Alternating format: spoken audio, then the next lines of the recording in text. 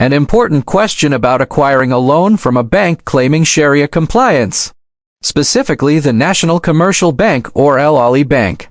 He's been assured that these loans are Islamic, but questioning whether they truly adhere to Islamic principles.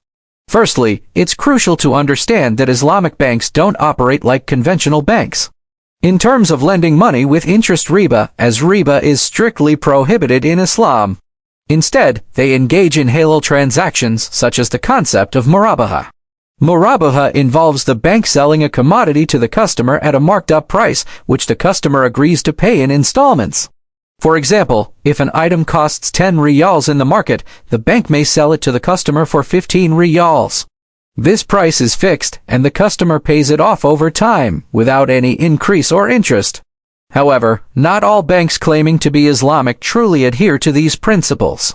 Some may have a Sharia board, but their practices may not align with Islamic teachings. They might engage in transactions that are more akin to conventional banking practices, where the underlying asset is not physically possessed by the customer.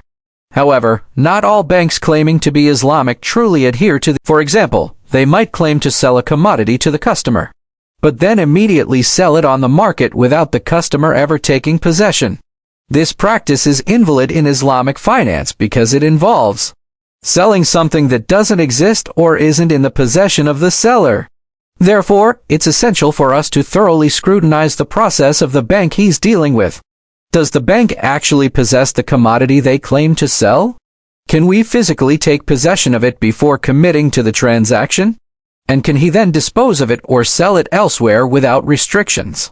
If the answers to these questions are affirmative, then the transaction may indeed be halal.